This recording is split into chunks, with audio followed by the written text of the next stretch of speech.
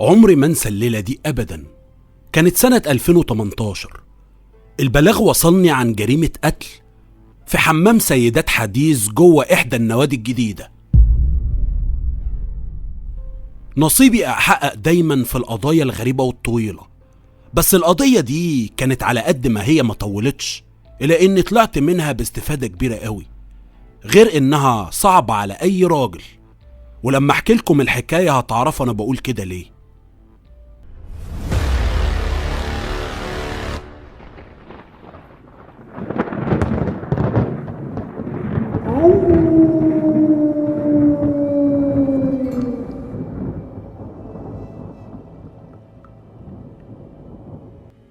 السلام عليكم ورحمة الله وبركاته. أهلا وسهلا بيكم في حلقة جديدة من برنامج الحاكي. حلقة النهاردة هي قصة مستوحاة من أحداث حقيقية، وبصراحة هي جميلة جدا ومحتاجة شوية تركيز. القصة من كتابة المبدعة أسماء فوزي. لو عندكم تجارب حابين تشاركوها معانا، تواصلوا معايا على الصفحة الشخصية في فيسبوك، هسيب لكم الرابط في الوصف. ولو أول مرة معانا انزل اشترك في القناة، وما تنسوش اللايك والشير في كل مكان. بس كده، وقبل ما نبدأ صلي على الحبيب المصطفى.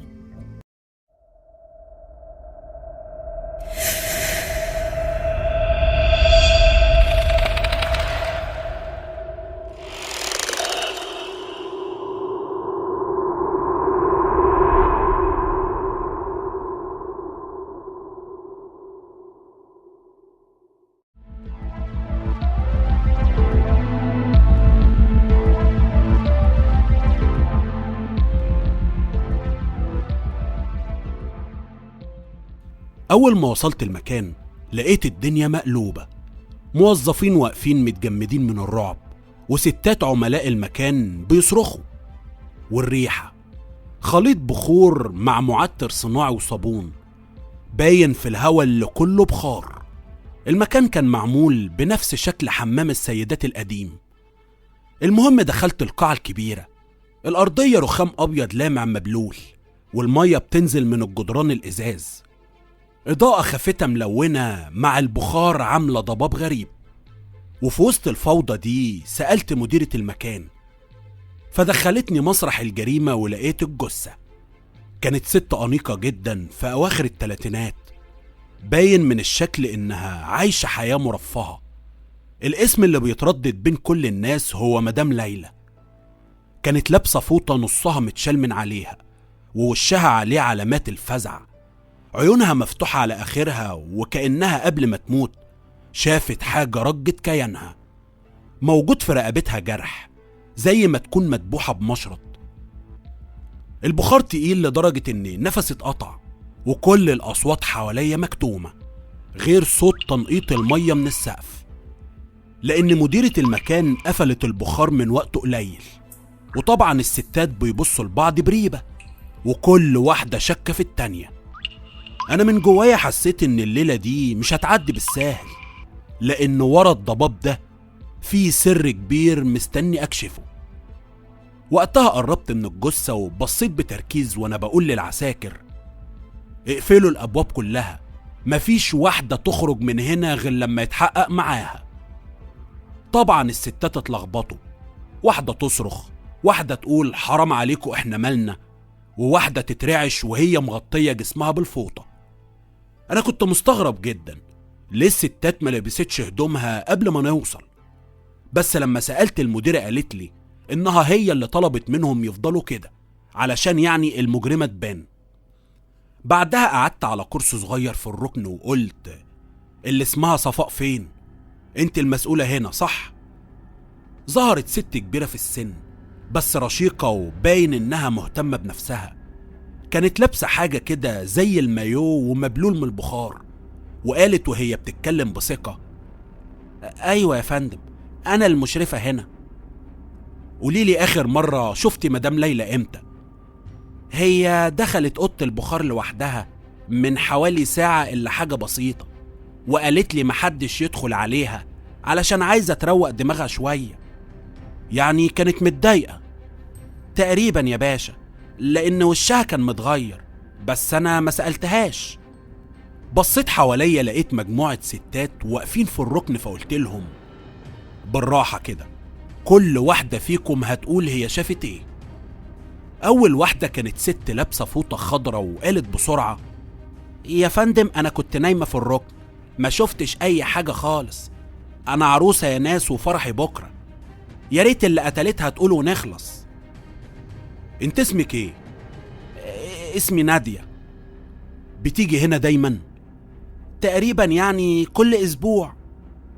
وقتها لمحت ايديها بتترعش وهي بتعدل الفوطة، فحسيت انها بتخبي حاجة او يمكن مكسوفة. واحدة تانية شكلها من الطبقة الراقية جدا، بتتكلم بفصاحة زيادة عن اللزوم وقالت لي: انا سمعت صوت مكتوم زي خناقة جوه أوضة البخار، بس افتكرت يعني ان واحدة بتعمل مساج. ايوه، انت اسمك ايه؟ اسمي مدام هالة. تعرفي المجني عليها من قبل كده؟ ايوه طبعا، دي صاحبتي وبنتقابل كتير قوي في النادي.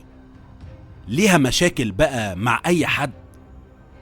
هي وجوزها على طول مش على وفاق. وقتها الكلمة دي خلتني اشم ريحة مشكلة كبيرة، فرجعت تاني لصفاء مشرفة المكان وقلت لها: هو مين اخر واحدة دخلت اوضة البخار قبل ما نلاقي الجثة؟ هي اتلخبطت شوية وقالت لي: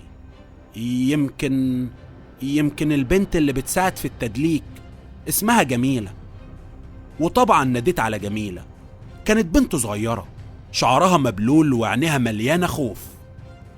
قوليلي يا جميلة، انت دخلتي للمدام؟ ايوه يا باشا، دخلت علشان احط الزيوت الخاصة بالمساج. طيب شفتي حاجة غريبة جوه؟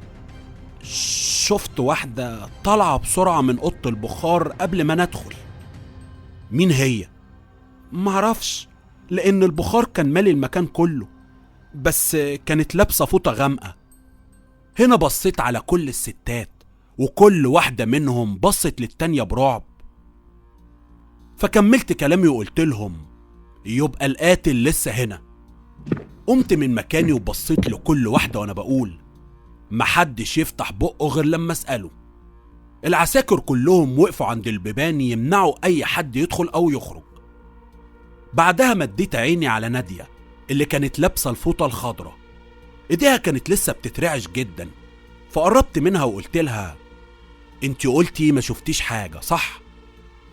ايوه والله ما شفتش حاجة، بقول لحضرتك انا عروسة. طيب بتترعش ليه يا عروسة؟ من الخضة يا باشا، الموضوع صعب عليا، افرض اللي قتلتها دخلت وقتلتني. انا كنت هسكت، بس في حاجة في نظرتها خلتني احس انها عايزة تخلص من التحقيق بسرعة. لفت تاني المدام هالة اللي كانت واقفة بشياكة مصطنعة: انت بتقولي ان في صوت مكتوم سمعتيه صح؟ ايوه، كان صوت شبه خناقة. طيب ليه ما قلتيش لحد وقتها؟ افتكرت يا باشا انها حاجة عادية، لان الستات ساعات بيتخانقوا هنا على المواعيد او الخصوصية. انت اكتر واحدة تعرفي الضحية، قوليلي بقى ايه حكاية الخلاف مع جوزها؟ هي حياتها الزوجية ما كانتش مستقرة، كان في خناقات كتير متكررة. طيب قوليلي جوزها فين دلوقتي؟ معرفش، هو قليل اساسا لما بيجي معاها.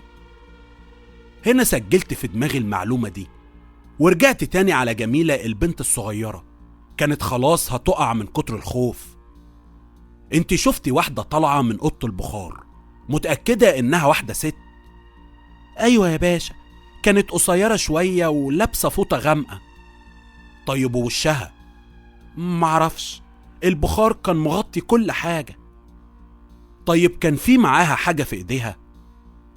يمكن، لاني حسيت انها ماسكة حاجة ملفوفة. ساعتها الكلمة دي وقعت زي مفتاح مهم في القضية. قمت وقربت من باب اوضة البخار اللي لسه مقفول ودخلت جوه، لبست جوانتي ورفعت رقبتها، كان الدم نازل من ظهرها بخط رفيع. قمت ودورت على السكينة بس ما لقيتش حاجة. خرجت تاني وقعدت على الكرسي وانا بفكر. السكينة حد خباها، واللي خرج من جوه شايل حاجة ملفوفة، غالبا هتكون السكينة.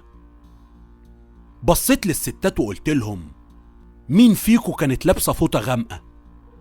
الكل بص لبعض، وخدت بالي من واحدة ورا كانت بتحاول تستخبى، كانت لابسة فوطة كحلي، فقربت منها وانا بقول: اسمك ايه؟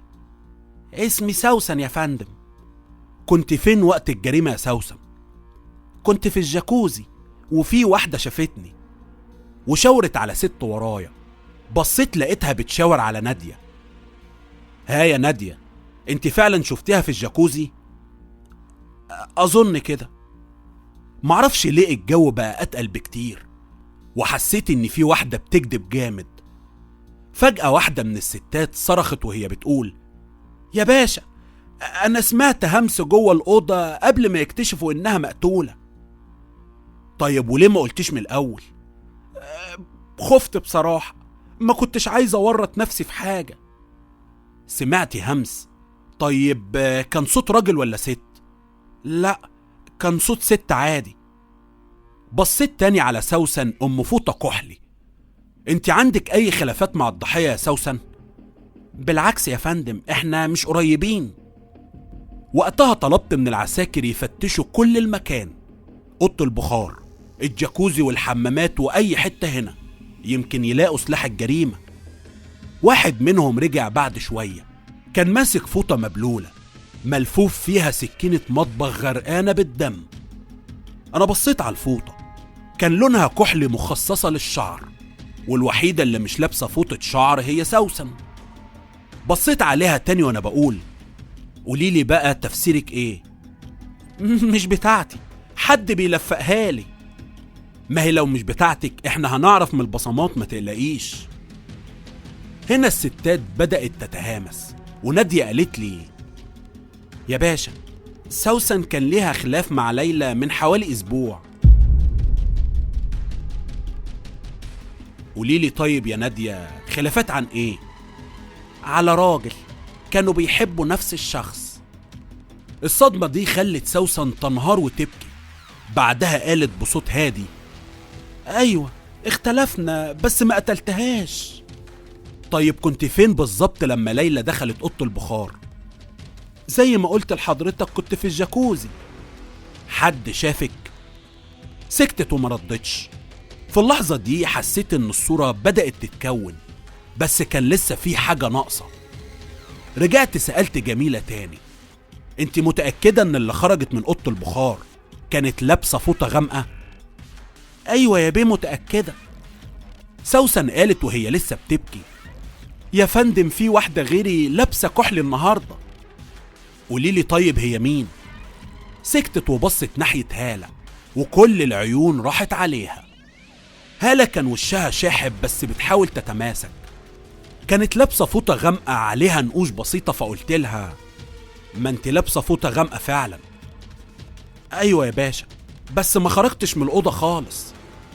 حد شافك وقت الحادثة؟ انا كنت بره مع مدام صفاء. وقتها صفاء قالت: ايوه فعلا، كانت معايا بره. معرفش ليه حسيت بالكذب، فقربت من هالة وسألتها: انت اكتر واحدة كان عندك الدافع، صاحبتها وعارفة كل اسرارها. مستحيل، حضرتك لسه بتقول صاحبتها، يبقى ازاي اعمل كده؟ وقتها طلبت من العساكر ان محدش يمشي الا بعد ما النيابة تيجي، والقاتل كده كده هيتكشف. سبتهم واقفين وسط الحمام مع العرق والدموع، وكل واحدة فيهم عارفة ان الدور الجاي ممكن يبقى عليها. العساكر كانوا واقفين على كل المخارج والمداخل، وانا ما زلت بحاول اقرا الوشوش. البخور اللي مالي المكان كان مخلي كل نفس يطلع منهم زي دخان بارد في عز الشتاء. رجعت بصيت تاني لهالة وقلت لها: انت اخر واحدة ليلى كلمتك قبل ما تدخل اوضه البخار، صح كده؟ ايوه يا فندم، كانت متضايقة وبتحكي لي عن مشاكلها مع جوزها. طيب وهل المشاكل دي ليها علاقة بيكي؟ علاقة بيا ازاي يعني؟ قصدي جوزها كان ليه علاقة بيكي؟ هنا وشها قلب احمر واتلخبطت جدا وهي بتقول: حضرتك بتتهمني بالخيانة. لا، انا ما بتهمش حد، انا لحد الان بسأل. بعدها سكتت تماما، ودي كانت أول مرة صوتها يتهز.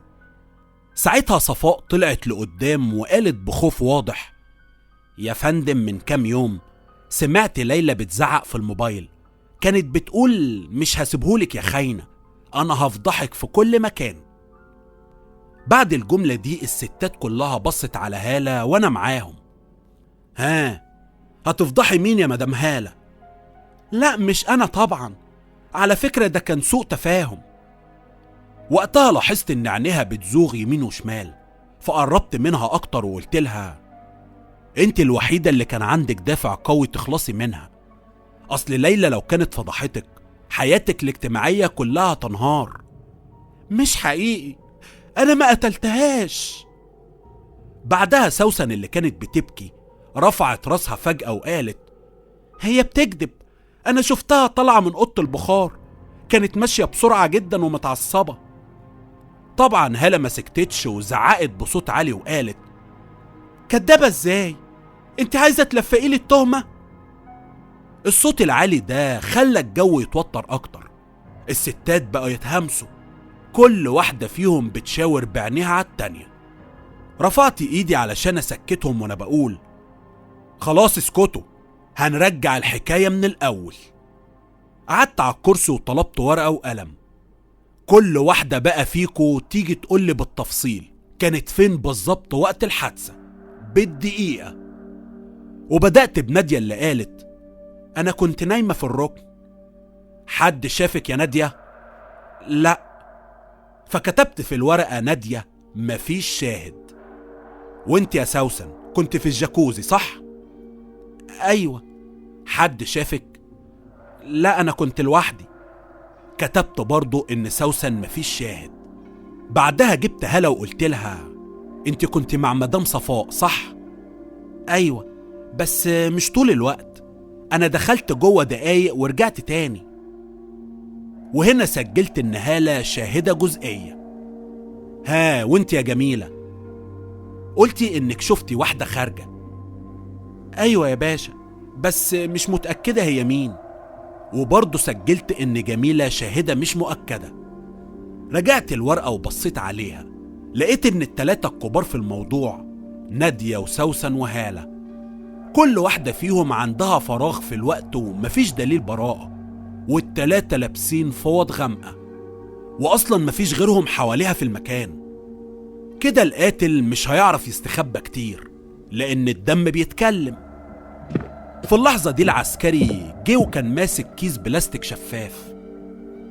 تمام يا فندم، احنا لقينا ده تحت الكرسي اللي في الركن.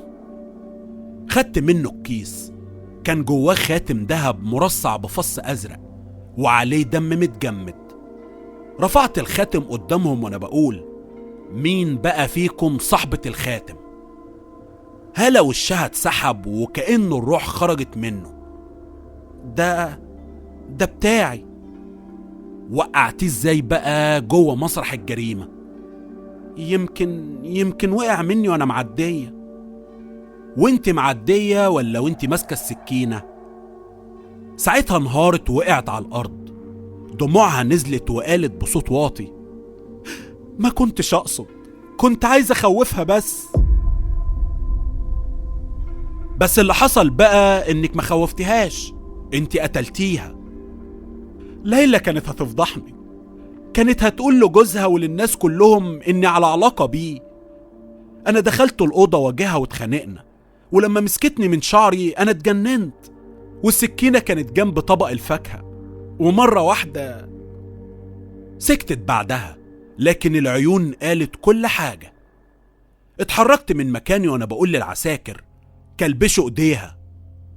طبعا هالة كانت بتصرخ بجملة واحدة: صدقوني انا ما قتلتهاش، ما كانش قصدي. العساكر خرجوا بيها والستات واقفين في حالة ذهول تام.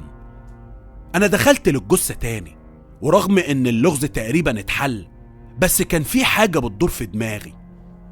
ليه كل جريمة مهما ظهر ان دوافعها بسيطة بتكشف وشوش تانية مخفية وخيانة اعمق بكتير من مجرد خلاف؟ طلعت من المكان ونفسي تقيل، لان الليلة دي مش بس ضيعت حياة ليلى، دي كمان مسحت حياة هالة بالكامل. بعد ما العساكر خدوها متكلبشة، وقفت أنا في نص الحمام والستات لسه متجمعين حوالين بعض. الخوف كان باين على وشوشهم، بس قلبي ما كانش مرتاح. في حاجة في المشهد مش راكبة على بعض. هالة اعترفت بسرعة جدا، أسرع من اللازم، لأن اعتراف زي ده بيبقى ساعات ستارة علشان حد تاني يستخبى وراها. فرجعت عند أوضة البخار، كانت لسه الجثة زي ما هي، عينيها مفتوحة كأنها بتصرخ. نزلت جنبها وبصيت على الجرح. كان جرح حاد غويط جدا ومتقن، يعني مش ضربة انفعال لحظة غضب. اللي عمله كان قاصد يخلص عليها، واعتقد انها مش مذبوحة بسكينة المطبخ، لا، هي اتذبحت في الاول بسلاح تاني، بعد كده اتطعنت بسكينة الفاكهة. رجعت وقفت عند العساكر وقلت لهم استنوا، محدش يمشي، في حاجة غلط في الموضوع.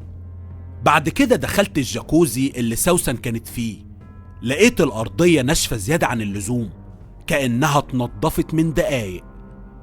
بصيت حواليا لحد ما لقيت سلة زبالة صغيرة، ولما فتحتها لقيت فوطة بيضة ملفوفة وعليها نقط دم. فتحتها وكان فيها مشرط جراحة. ساعتها حسيت ان في حد لعب في مسرح الجريمة، ورجعت تاني بسرعة وناديت على سوسن. انتي قلتي انك كنت في الجاكوزي، ايه تفسيرك للدم اللي على الفوطة جوه؟ انا معرفش، يمكن بتاع حد تاني. ساعتها سمعت صوت نادية بتقول يا باشا، انا شفت سوسن طالعة من الجاكوزي ومعاها حاجة ملفوفة، بس خفت اتكلم. طبعا سوسن اتوترت وقالت بزعيق كدابة، انتي عايزة تلبسيها لي؟ بس خلاص، يبقى اللي قتل ليلى مش شخص واحد، في شريك تاني كان معاه.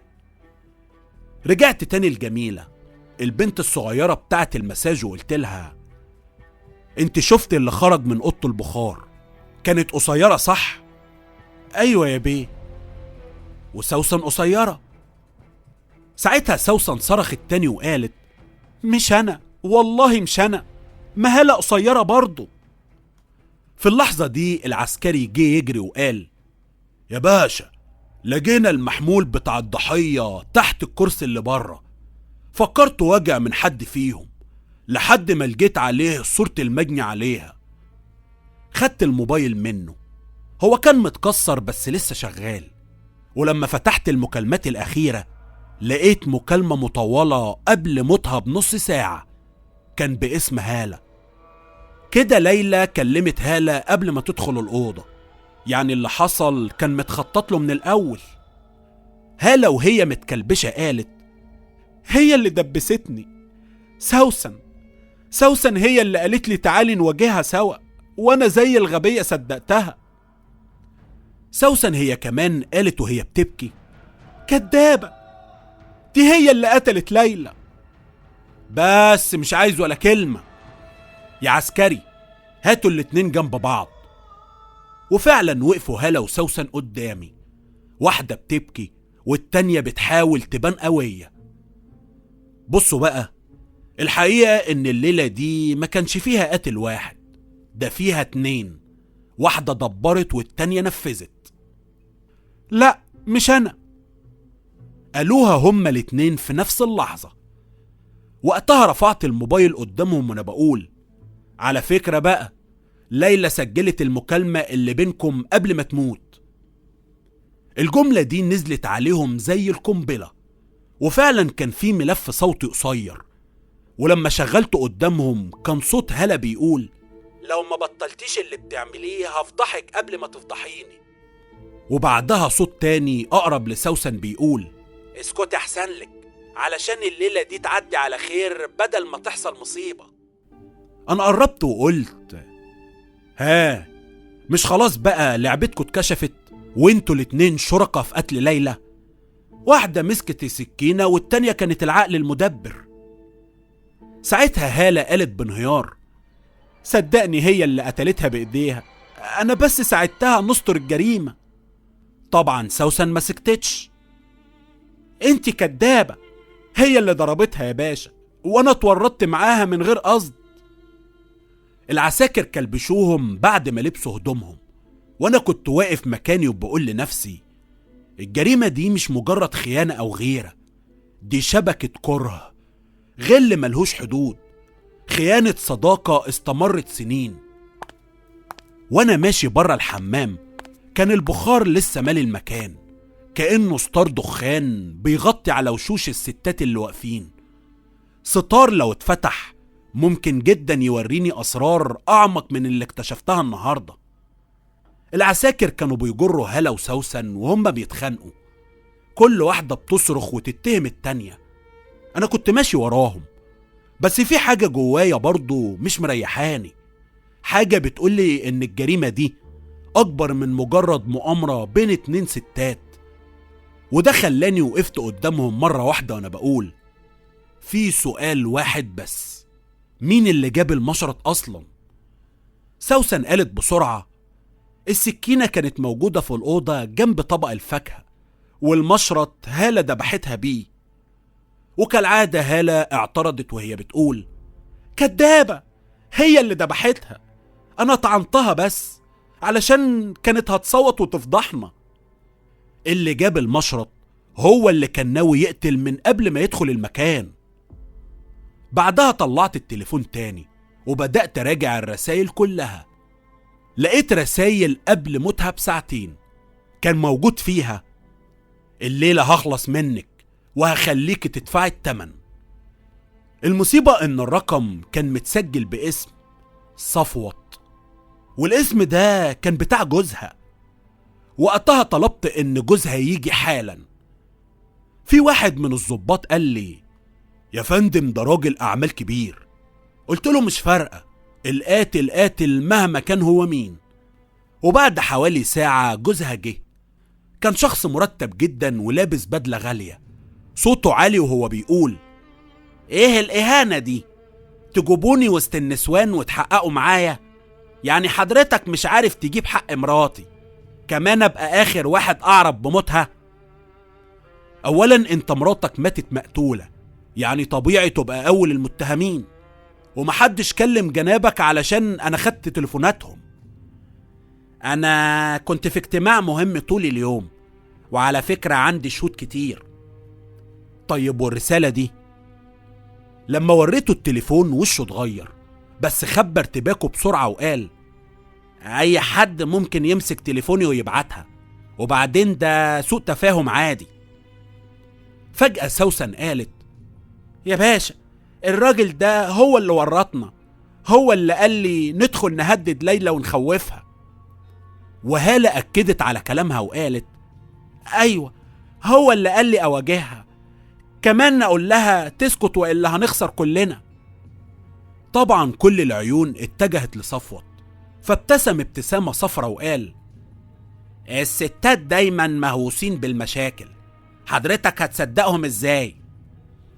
لما ناخد بصماتك والبصمات اللي على المشرط هنتأكد من كل حاجة. وقتها وشه اتبدل لأول مرة وقال انت فاكر نفسك مين؟ انا مش هسكت على اللي بيحصل ده. قربت منه وقلت له انا اللي هفضحك قدام كل الناس لو طلعت انت اللي ورا الجريمة دي. فجأة نادية اللي طول الوقت كانت ساكتة قالت بصوت واطي يا فندم انا شفته. اتكلمي يا نادية، شفتي ايه؟ شفت صفوت كان واقف عند باب الحمام قبل ما يحصل كل ده، شفته وانا داخلة وبعدها اختفى. انت كدابة، انت مين اصلا علشان تشوفيني؟ انا كنت شغالة عندهم في البيت، بشوفه كل يوم وما يقدرش ينكر.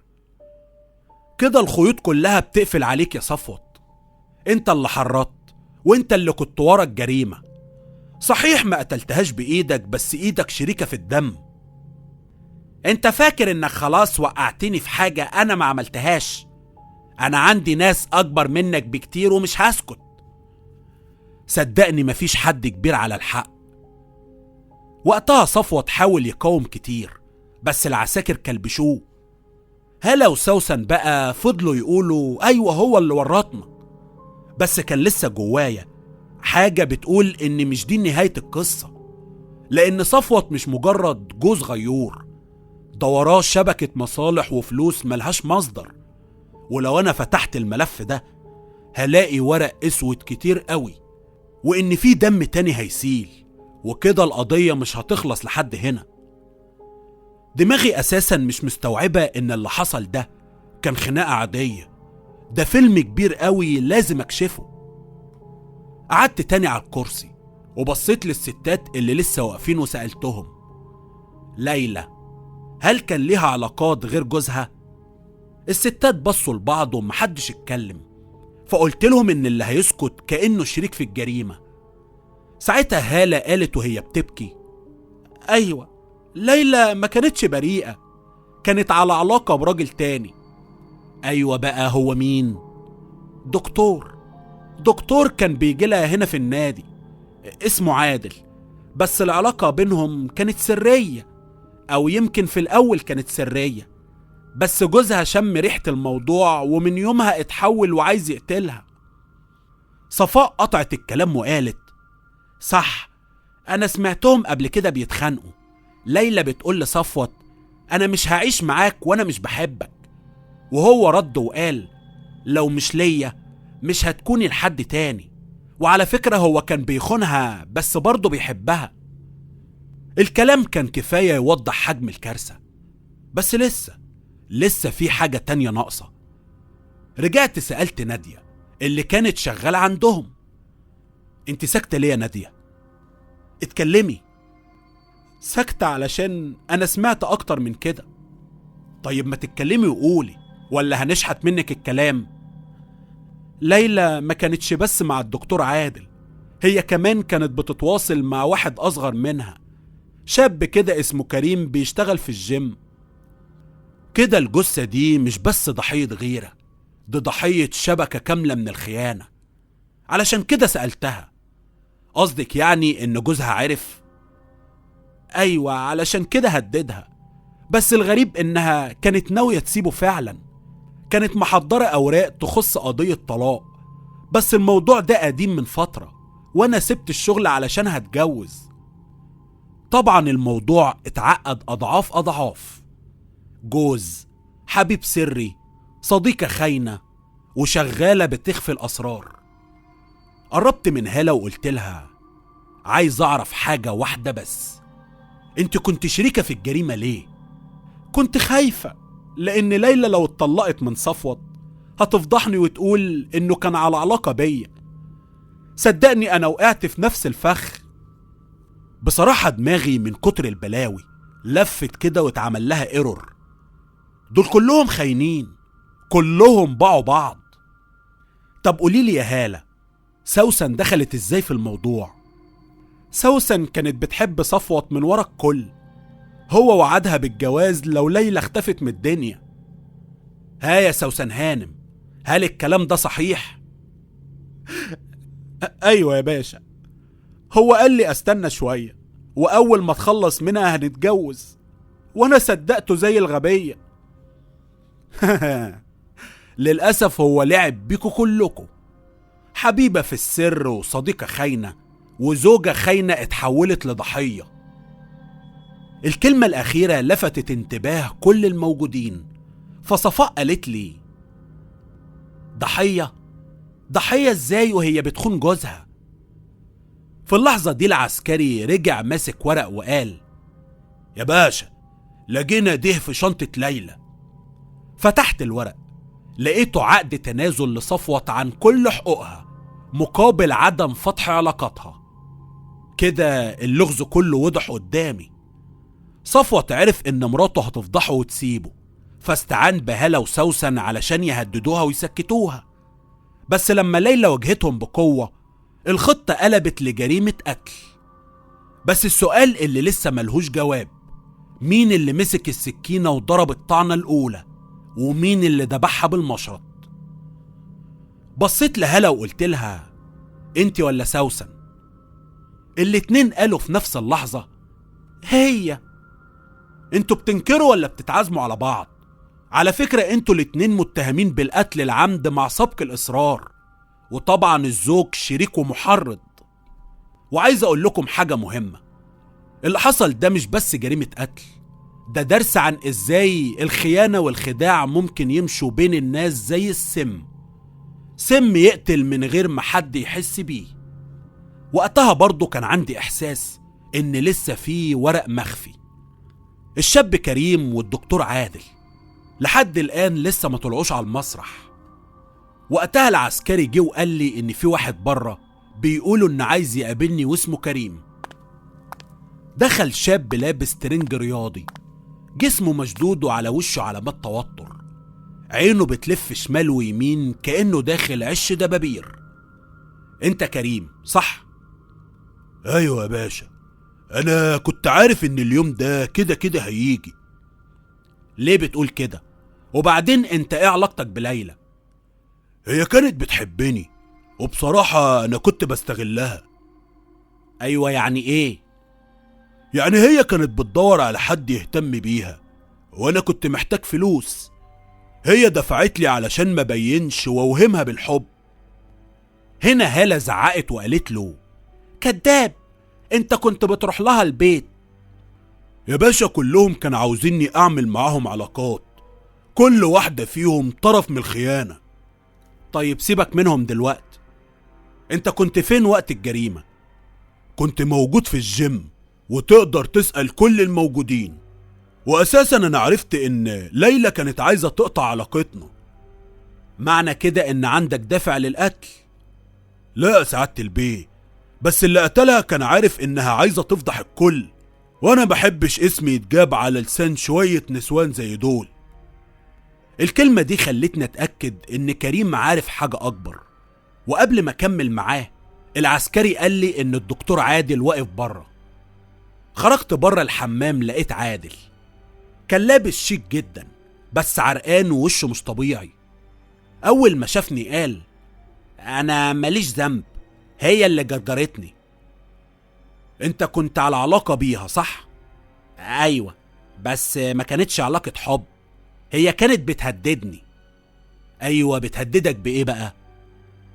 هي كانت عارفة اسرار عن شغلي، واني كنت زمان والله وبطلت بعمل عمليات مش قانونية في العيادة، وقالت لي يا هتديني فلوس يا هفضحك في كل مكان. بس عرفت يعني انها بتلم فلوس مني ومن صاحباتها وجوزها علشان تهرب مع الواد بتاع الجيم اللي اسمه كريم.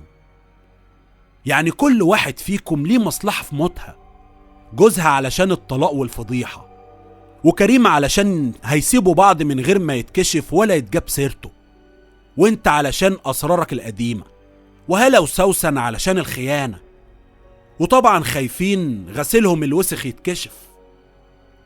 بس انا ما قتلتهاش، بالعكس انا كنت خايف منها. وقفت لحظة وبدأت اربط الخيوط ببعض. هو ليه كلهم موجودين حوالين ليلى الليلة دي بالخصوص؟ وليه الحمام بتاع السيدات بقى مسرح الجريمة؟ ليه مش اي مكان تاني؟ وقتها طلبت المعمل الجنائي والطب الشرعي، وبعد ما خلصوا شغلهم واحد منهم قال سبب الوفاة هو ذبحها بمشرط، بس في جرح تاني في رقبتها وظهرها معمولين بسكينة، لكن في آثار بصمات متداخلة عليها، يعني مش بصمة واحدة يا فندم. هو كان يقصد ان اكتر من ايد لمست السكينة. وقتها الكل بدأ يقول مش انا. بصيت حواليا وكنت عارف ان القاتل الحقيقي لسه ما اتكلمش، بس اللي متأكد منه ان الجريمة دي مؤامرة كبيرة قوي، اتفقوا فيها كلهم على التخلص من ليلى، بس حد منهم اللي غدر وضرب الطعنة القاضية. الستات كانوا محشورين في الركن زي عصفور في قفص. كريم واقف قدامي متلخبط، وعادل بيعرق كأنه في محكمة، وصفوت لسه واقف في صمت تام.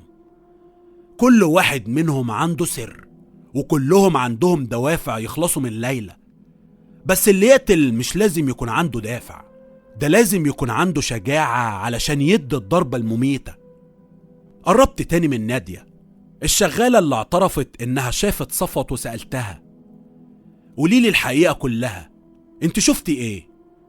انا ما شفتش بوضوح، بس سمعتهم بيتخانقوا والباب اتقفل لحظة، وشفت ايد ماسكة فوطة غامقة ومعاها سكينة.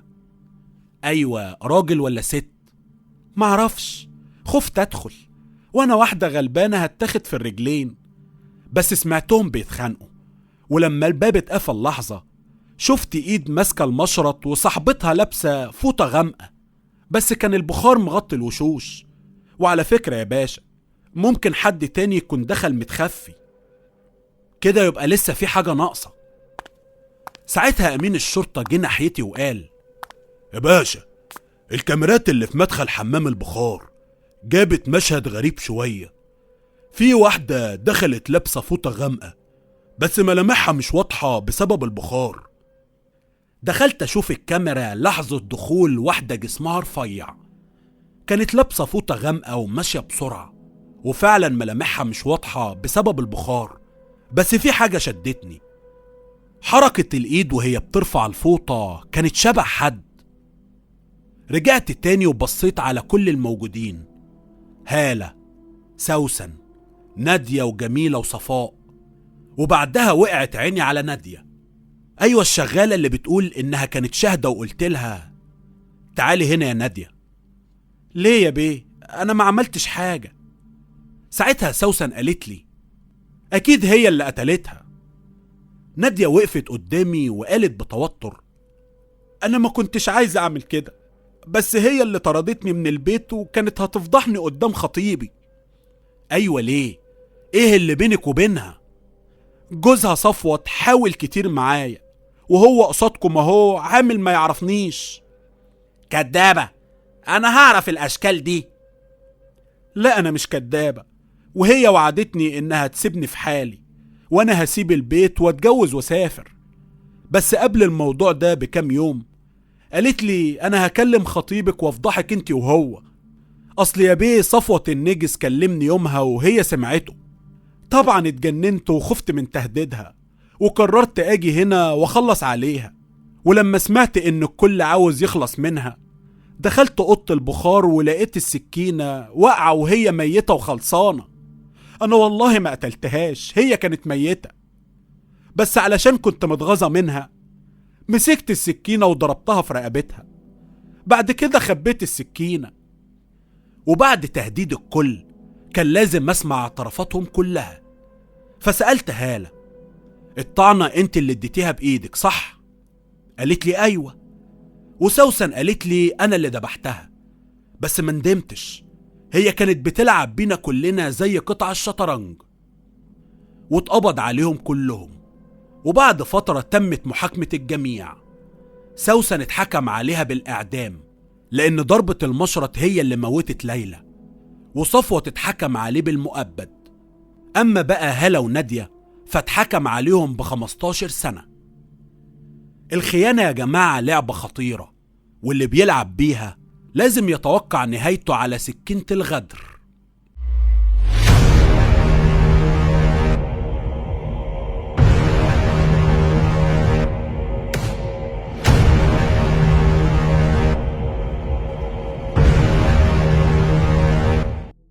وبكده تبقى خلصت حلقتنا. بشكر جدا مصطفى المصري على الهندسة الصوتية. لو عجبتكم ما تنسوش اللايك والشير في كل مكان، لأن التفاعل مهم جدا وبيساعد على انتشار الحلقات أسرع. وطبعا ما تنسوش أبويا وأمي من دعائكم بالرحمة والمغفرة. واستنوني في حلقة جديدة من برنامج الحاكي، والسلام عليكم ورحمة الله وبركاته.